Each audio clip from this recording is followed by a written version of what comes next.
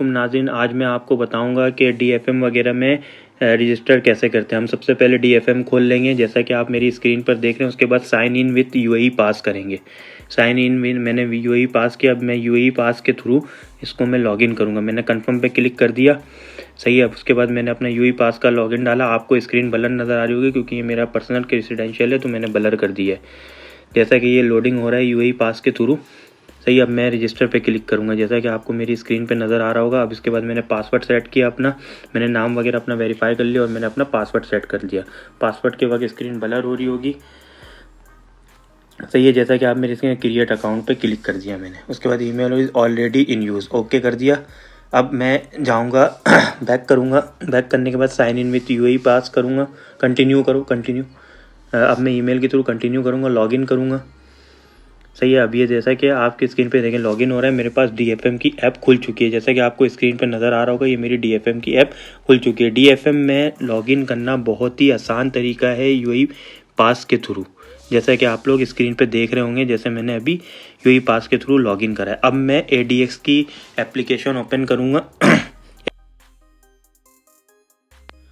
ADX की application open हो गई है। एडीएक्स को भी मैं यूएई पास के थ्रू लॉगिन करूँगा। ये बहुत ही आसान है। यूएई पास में आपका सारा डेटा होता है, यूएई पास से सारा ये कलेक्ट कर लेता है। अब मैं साइन इन विथ यूएई पास करूँगा, जैसा कि आपको मेरी स्क्रीन पे नज़र आ रहा होगा। देखें यूएई पास के थ्रू मैं इसको कर रहा हूँ। सब कुछ, आपको कोई डेटा डालने की ज़रूरत नहीं है, वो खुद ही डेटा उठाएगा, सही है। अब मेरा ये साइन इन विथ यूएई पास हो रहा है, जैसा कि आप स्क्रीन पे देख रहे होंगे। ये मैंने एडीएक्स की एप्लीकेशन साइन इन कर दी। जैसा कि आपको नज़र आ रहा होगा कि मेरी ये एडीएक्स की भी रजिस्ट्रेशन हो चुकी है। तो अब मैं अलरम्स पे जाऊंगा। मैंने ये 2 अकाउंट बना लिया। अब मैं अलरम्स की एप्लीकेशन खोलूँगा। अलरम्स की एप्लीकेशन खोलने के बाद मैं भी इसको साइन इन विथ यूएई पास करूँगा। साइन इन विथ यूएई पास करा, इसको ओपन करा। अब मैं ये सारी डिटेल इसके अंदर डालूँगा, जैसा कि आपको मेरी स्क्रीन पे नज़र आ रहा होगा, सही है। कंप्लीट प्रोफाइल पे देखें, इसने दिया है कि कंप्लीट प्रोफाइल करें। मैं कंप्लीट प्रोफाइल करूँगा। कंप्लीट प्रोफाइल में मेरी ये प्रोफाइल हो चुकी है। अब ये आइडेंटिटी प्रूफ मांग रहा है। आइडेंटिटी प्रूफ पे मैं क्लिक करूँगा। I am not a USA citizen. उसके बाद मैं इसको नेक्स्ट कर दूँगा, जैसा कि आप लोग स्क्रीन पे देख रहे होंगे। अब ये देखें मेरे को मुझसे मांग रहा है डॉक्यूमेंट शेयरिंग थ्रू यूएई पास, तो मैं कंटिन्यू विथ यूएई पास करूँगा। कंटिन्यू विथ यूएई पास करके ये मेरे डॉक्यूमेंट यूएई पास से खुद ब खुद एक्सट्रैक्ट करेगा। एक्सट्रैक्ट करने के बाद ये अलरम्स वालों को दे देगा, सही है। जैसा कि आप मेरी स्क्रीन पे देख रहे हैं, तो आई कॉन्सेंट टू रिक्वेस्ट करा। मैंने रिक्वेस्ट पे क्लिक करूँगा, कन्फर्म रिक्वेस्ट। कन्फर्म रिक्वेस्ट पे करने के बाद, जैसा कि आप लोगों को मेरी स्क्रीन नज़र आ रही होगी, ये कन्फर्म आई कॉन्सेंट पे मैं क्लिक करूँगा कि भाई हमें। उसके बाद सेंड डॉक्यूमेंट पे मैं क्लिक कर दूँगा, जैसा कि आप लोग मेरी स्क्रीन पे देख रहे होंगे। उसके बाद मैं यूएई पास का पिन डालूँगा। पिन डालने के बाद ये खुद ब खुद यूएई पास के थ्रू जो है मेरा डेटा सारा कुछ एक्सट्रैक्ट कर लेगा। यानी आप यूँ समझ लें, एडीएक्स, डीएफएम और अलरम्स पे registration via UAE pass it is too easy. आपको कुछ भी डालने की ज़रूरत नहीं है, कुछ भी आपको डालने की ज़रूरत नहीं है। जैसा कि आपको मेरी स्क्रीन पे नज़र आ रहा होगा कि ये हो रहा है। प्रोसीड करें, मैं इसको प्रोसीड करूँगा। उसके बाद स्कैन, मुझे अपना आईडी, पासवर्ड या आईडी जो है वो स्कैन करना है। तो अब मैं इसको आईडी स्कैन करूँगा। अपने पासपोर्ट की स्कैन कर दिया। मेरे पास ये देखें सारे पासपोर्ट की डिटेल जो है आ गई है। मैंने अपना नाम वगैरह और अपने पर्सनल के रेसिडेंशियल को ब्लर कर दिया है। अब मैं नेक्स्ट पे क्लिक करूँगा तो अब मुझे ये एड्रेस डालने के लिए बोलेगा। अब मैं एड्रेस डायरेक्ट गूगल के थ्रू भी उठा सकता हूँ, सही है। मैंने गूगल के थ्रू उठा लिया। अब मुझसे ये एड्रेस पूछ रहा है, मेरा एड्रेस जो है मैं डाल रहा हूँ, सही है। तो इसको मैंने ब्लर कर दिया, मैं एड्रेस बोल नहीं सकता।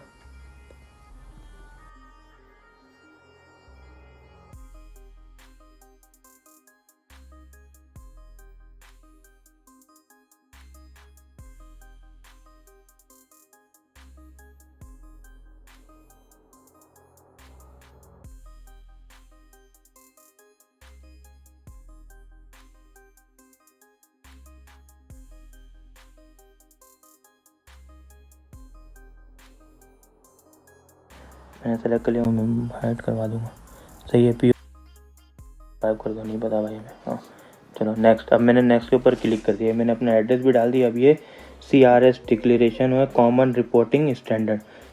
कंट्री ऑफ रेसिडेंस पूछ रहा है, तो मैं पाकिस्तानी हूँ, सही है। तो मैंने पाकिस्तान सेलेक्ट कर लिया। TIN नहीं है, I do not have a TIN। अब मैंने इसको नेक्स्ट कर दिया।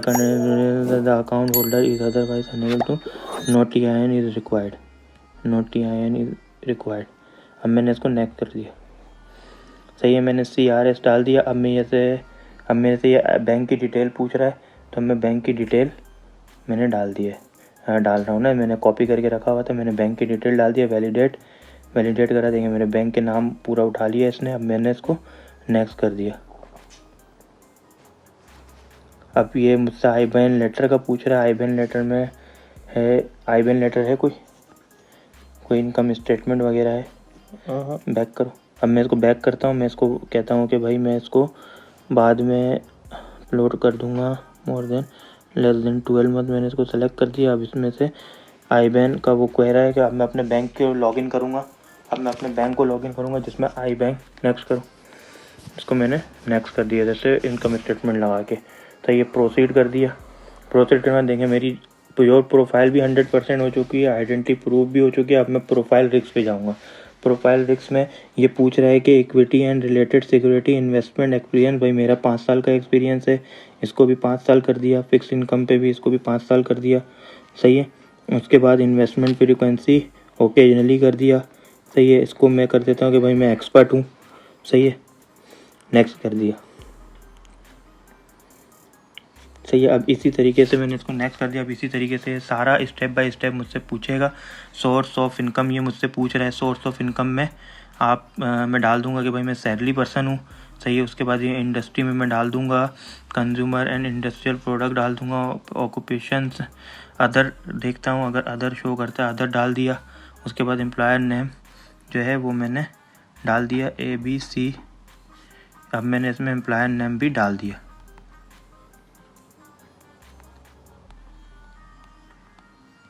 सही है, उसके बाद एनुअल ग्रॉस इनकम ये मैं किसी का बना रहा हूँ। सही है, तो मैंने उसको अपने हिसाब से डाल रहा हूँ।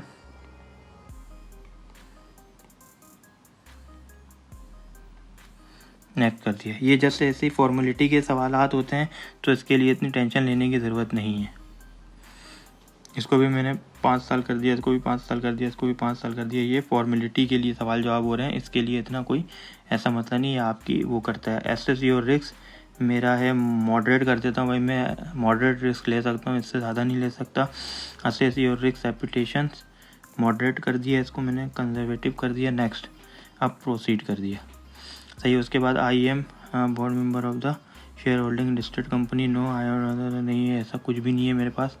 सही, मैंने इसको कर दिया नेक्स्ट। अब देखिए मेरी ये तीसरी भी हो गई है। अब प्रोडक्ट को भी 100% करना है। क्लाइंट के लिए based on your provider you are the ordinary investor. Yes I am ordinary investor. Proceed कर दिया। सही है, उसके बाद अब मुझसे ये प्रोडक्ट सिलेक्शन बोल रहा है, तो मैंने सारे प्रोडक्ट सेलेक्ट कर लिया है कि मुझे सारी चीज़ें करनी है। सही है, कुछ चीज़ भी नहीं। अब मैंने इसको एक्सेप्ट ऑल कर दिया। एक्सेप्ट ऑल करने के बाद अब ये सारी मेरी डिटेल आ गई है।